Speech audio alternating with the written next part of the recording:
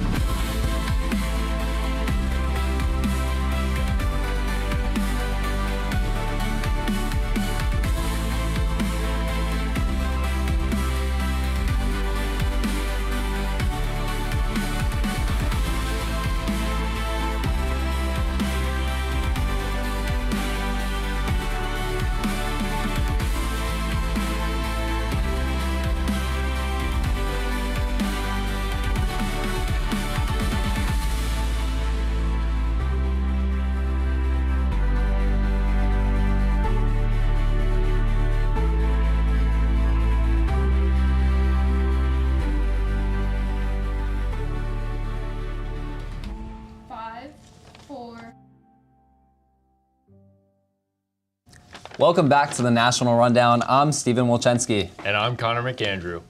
Just hours after President Donald Trump announced a ceasefire with Iran, Israel sent its largest strike yet on Hezbollah in Lebanon. The U.S. and Iran agreed on a 2-week ceasefire on Tuesday night, but the ceasefire may now be under strain as drone strikes from Israel continue pummeling Lebanon. As Israel Defense Forces spokesperson said that there were launches toward Israel from Iran after the ceasefire took effect, therefore prompting a response from Israel. Citizens of Maryland gathered on the west edge of the state to protest a new ICE warehouse. The Department of Homeland Security bought an 825,000 square foot building that would house over 10,000 immigrants. The warehouse would be one of 11 warehouses under the Department of Homeland Security, totaling over $1 billion.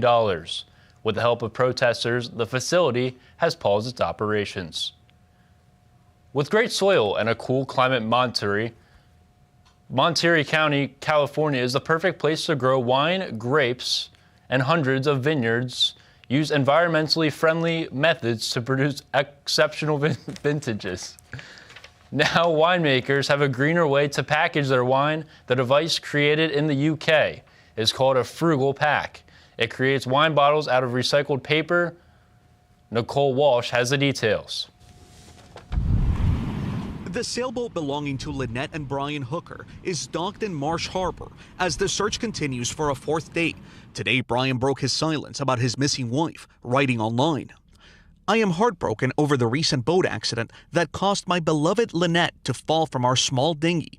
We continue to search for her, and that is my sole focus." The couple had been documenting part of their Bahamas trip on social media in the days before Lynette disappeared. According to Bahamian police, Brian Hooker said they departed hometown at 7:30 p.m. Saturday on their 8-foot dinghy en route to Elbow Key. He said she fell over with the keys to the boat and was swept away in strong currents. He says he lost sight of her and paddled to shore, arriving around 4 a.m. Sunday. That is the sailboat that was used by Lynette and Brian. It's docked here in Marsh Harbor. They would use a dinghy to get from the sailboat to land. Can you explain their relationship? I feel like it's always been kind of rocky.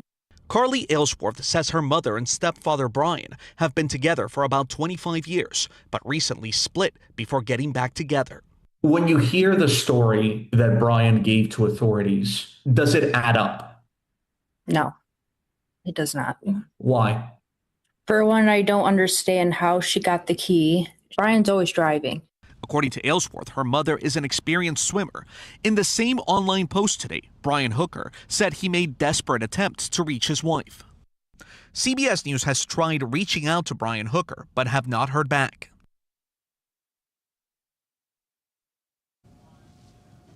Coming up, a 9-year-old boy with autism visits all 50 states to spread awareness across the U.S.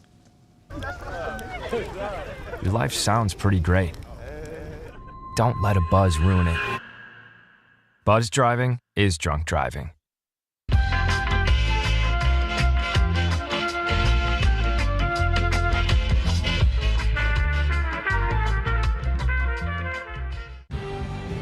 life sounds pretty great.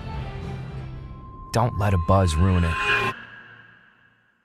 Buzz driving is drunk driving.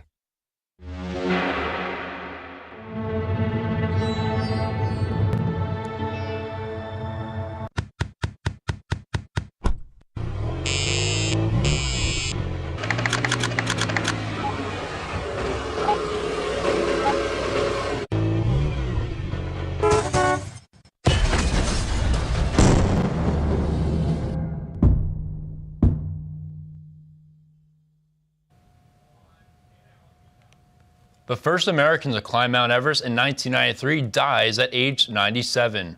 According to a statement from his family, Whitaker died Tuesday at his home in Port Townsend, Washington. His journey to Mount Everest made this shy climber an instant celebrity back in the 90s. One of Whitaker's proudest moments came in 1981, when he led 10 handicapped climbers up 14,410-foot Mount Rainier. For these folks, that was the version of Mount Everest. A U.S. crew member was rescued by U.S. forces early Sunday morning after he went missing last Friday. When an F-15E fighter jet was shot down over a remote area of Iran, multiple U.S. officials told CBS News.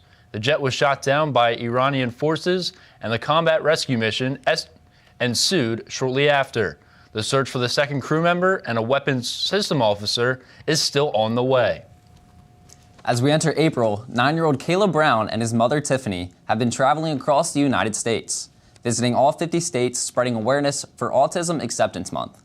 The family has been traveling since Caleb was just a baby.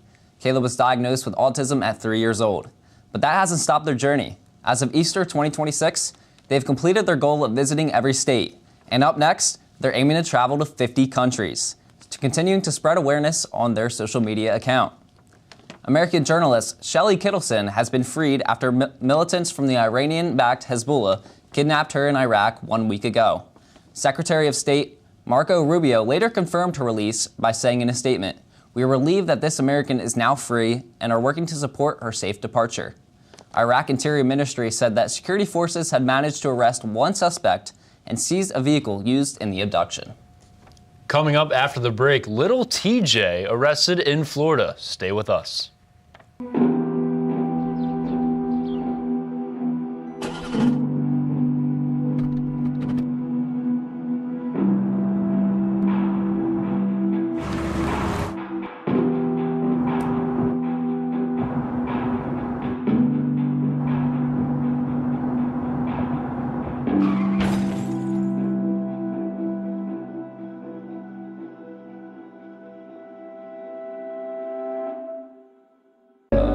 I know you've been grinding.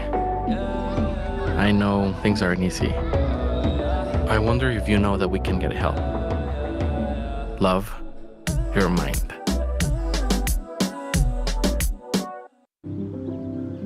We all deserve a place to call home. That's an American dream.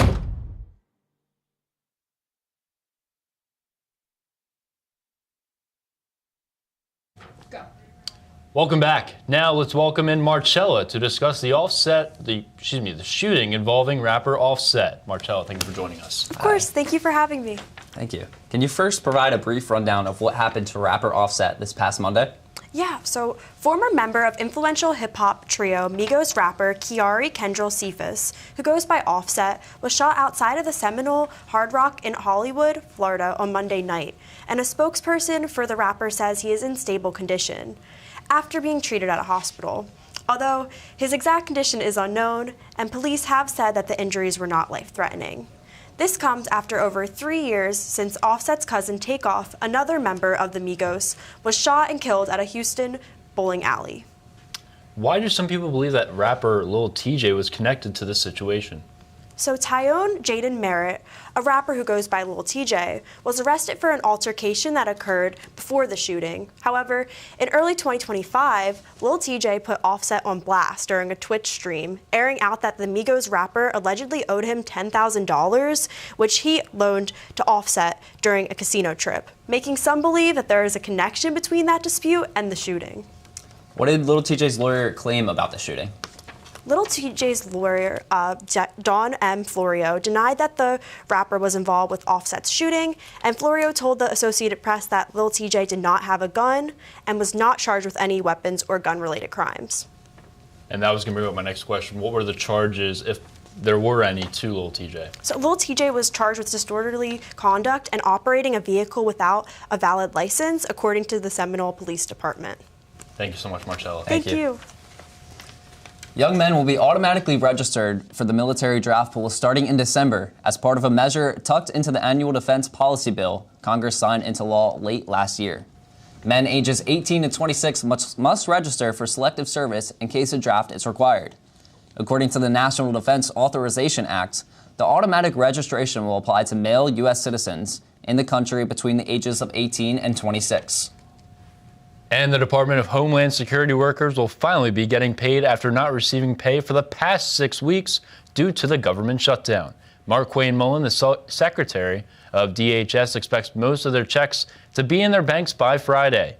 These payments are being made possible through executive action and existing funding flexibility. However, going forward, DHS workers will be dependent on the Congress after the high cost of DHS payroll every 2 weeks. Now, here's Christina with the latest on entertainment and what's breaking the box office. Thanks, guys. Here's the latest in entertainment news. We officially have a new box office king in Hollywood. The Super Mario Galaxy movie scored the biggest opening of the year this past weekend. The Illumination and Nintendo co-production earned $130.9 million over the weekend and a massive $190.1 million in its first 5 days in North American theaters. Thousands of BTS fans are gathering near Seoul, South Korea for the launch, returning to the stage after nearly 4 years hiatus. BTS will perform a set drawing from both their catalog and their new fifth album, Arirang, their first since band members completed South Korea's mandatory military service. Despite pouring rain, Thursday's crowd packed the stadium a capacity of over 40,000 for the show, which marks the group's first headline tour performance since their 2021-2022 Permission to Dance on Stage tour. And finally, Grammy-winning singer-songwriter Ray Stevens broke his neck and is recovering at home after being briefly hospitalized, according to a statement published on Tuesday. The 87-year-old country star, who is known for his topical satire, fell late last month, according to a statement released on his X account. He will need to wear a neck brace for about a month. That's all I have for entertainment. Now let's send it back to the desk. Next, we will turn things over to Logan with the World News Minute. 1 in 10 kids vape.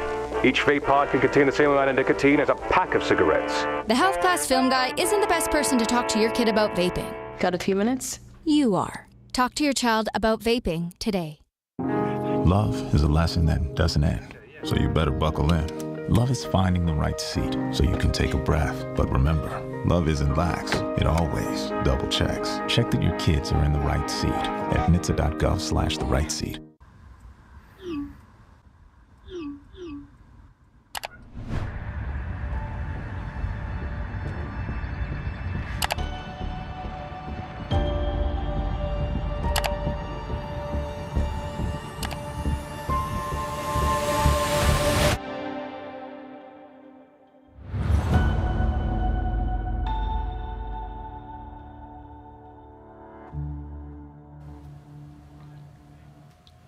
Former Army employee Courtney Williams disclosed classified information to an unnamed reporter between 2022 through 2024 about her time in the Delta Force, a U.S. Army Special Military Unit.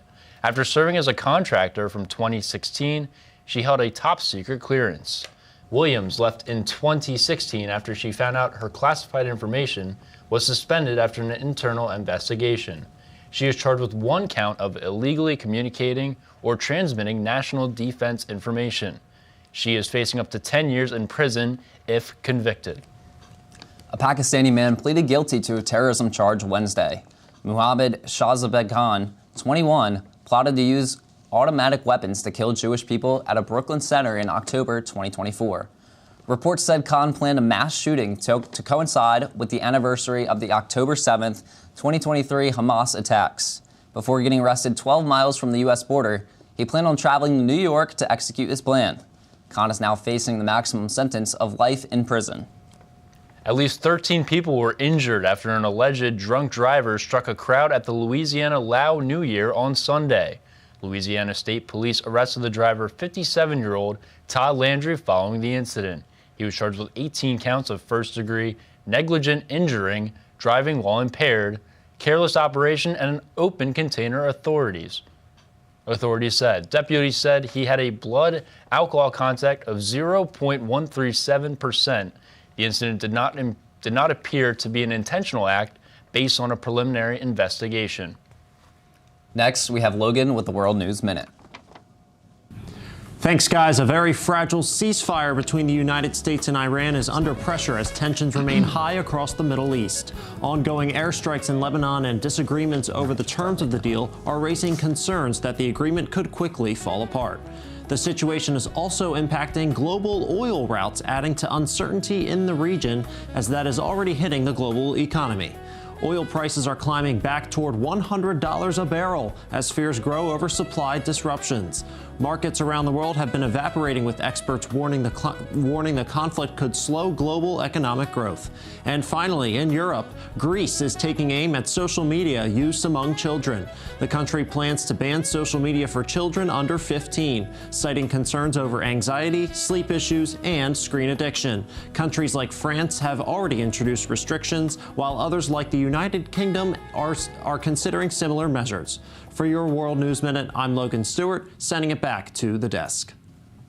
Coming up, Owen brings the latest on what's happening in sports. How do you know when you've made the right decision? It's the feeling you get in your gut, the one that tells you what's right or wrong. It's the voice inside you that says, I'm buzzed. Better leave the car when it's time to go. Buzz driving is drunk driving.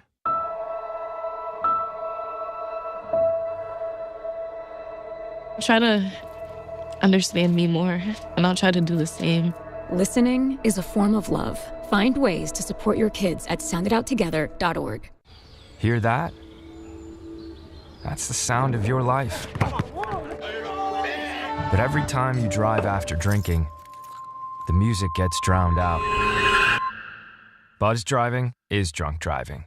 Love is a lesson that doesn't end, so you better buckle in. Love is finding the right seat so you can take a breath. But remember, love isn't lax. It always double checks. Check that your kids are in the right seat at NHTSA.gov/the right seat.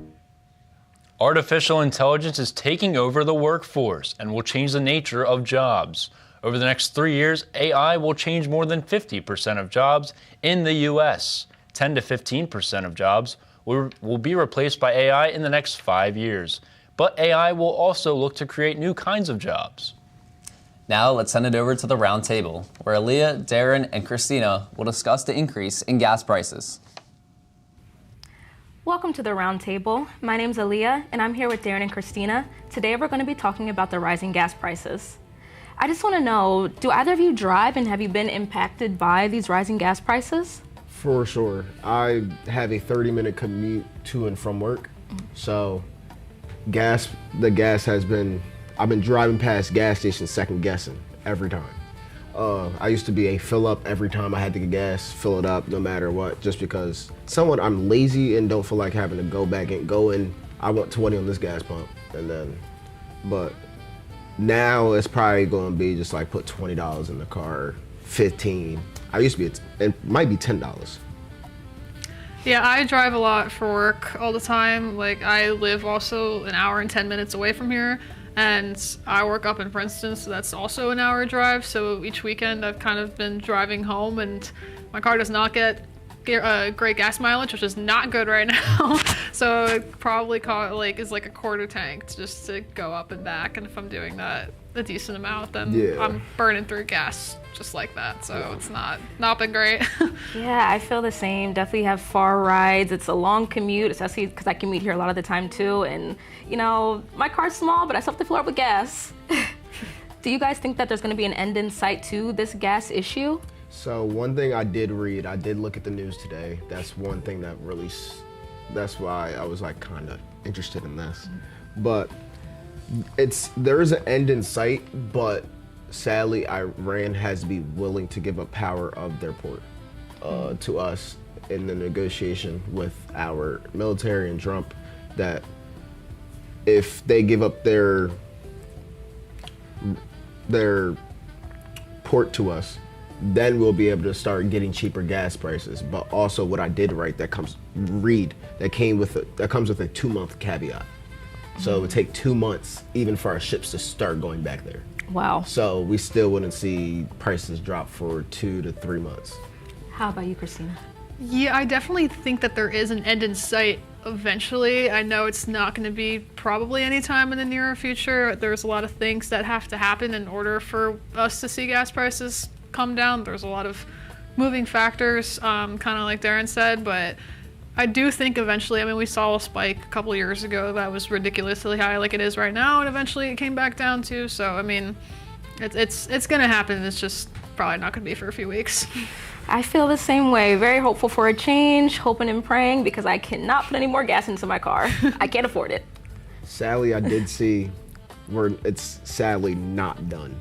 They said we might see $5 per gallon gas prices. Ooh, yeah, that's a high one. Oh. Yeah, because they're going to keep on climbing week after week, and until this resolution stops. And they're still going to climb after resolution stops. It's not going to stop until our boats can get to their port to get the oil and back to the country. So it's a 2-month turnaround.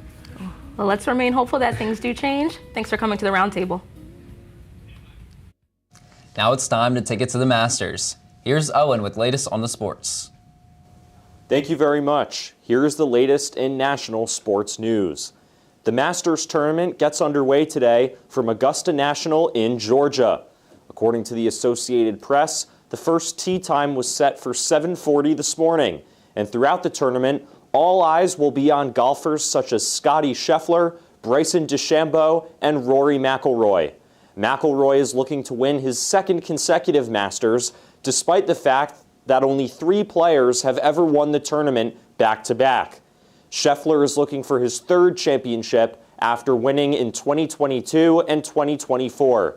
DeChambeau is looking for his first Masters win. The Associated Press states that for the first time since 1994, the Masters will not have Tiger Woods or Phil Mickelson. Woods is currently on a treatment leave after DUI charges, while Mickelson is experiencing a health matter in his family. In other news, Detroit Pistons guard Cade Cunningham returned to the floor Wednesday night after missing the previous 11 games due to a collapsed lung. According to Yahoo Sports, Cunningham scored 13 points and recorded 10 assists in 26 minutes as Detroit defeated the Milwaukee Bucks 137-111. The Pistons now have a record of 58-22, and they have a 3.5-game lead over the Boston Celtics at the top of the Eastern Conference, with 2 games remaining on their schedule. Finally, the Pittsburgh Pirates signed shortstop Connor Griffin to a contract worth $140 million over 9 years Wednesday, according to the Associated Press. Griffin, who is 19 years old and the current #1 prospect in baseball, according to MLB.com, made his Major League debut against the Baltimore Orioles a little under a week ago. Now, let's send it back to the desk. And here's Sam with the latest on the weather. Welcome to the weather. I'm Sam Prince, and tonight is a low 28 degrees with freezing temperatures. Now, let's take a look at the 5-day forecast. On Friday, it'll be a high of 69 degrees and sunny with a low of 38 degrees. And on Saturday, the sunny skies continue with a high of 66 degrees and a low of 30 degrees. And on Sunday, it'll be partly cloudy. Masters Sunday will be high of 66 degrees, a low of 42 degrees. And on Monday, it'll be cloudy, but the humidity will be back with a high of 79 degrees and a low of 54 degrees. And on Tuesday, it'll be back into the 80s with high of 81 degrees and a low of 60 degrees. Now, let's go to the desk. Hey guys. How's it going? Doing great. How's it going with you guys? Going pretty well. Can't complain. It's sunny out this weekend, sunny skies, and hey, maybe next weekend I can wear my shorts. Oh, maybe. Would be nice. I took a tiny peek a little bit further into the weather. It looks like it's going to warm up really nicely. Yeah, or maybe we'll get some summer skies coming up, or, you know, this week I had to bring my winter coat back out, and I do not like bringing my winter coat out in the month of April. Not at all. It was really cold this morning as well. It was. I just hate the cold. I agree. All right, that'll do it for us on the National Rundown. I'm Stephen Wilczynski. And I'm Connor McAndrew.